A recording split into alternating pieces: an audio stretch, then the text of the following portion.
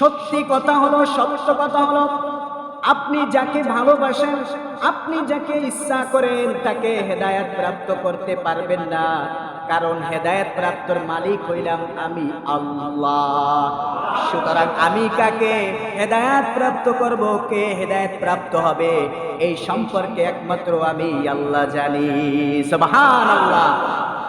দেখেন আল্লাহ রাব্বুল আলামিন আবু তালেবকে চাইছেন বিশ্বনবী তিনি হেদায়েত প্রাপ্ত করতেন, কিন্তু আল্লাহ চাচ্ছে না তাকে ইসলাম ধর্মের অনুসারী করুক।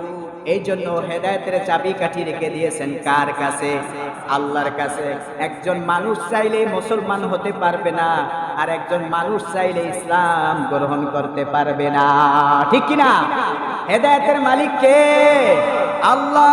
যদি হেদায়েতের মালিক যদি কোনো মানুষের কাছে থাকতো, যদি কোনো নবীর কাছে থাকতো, তাহলে নবী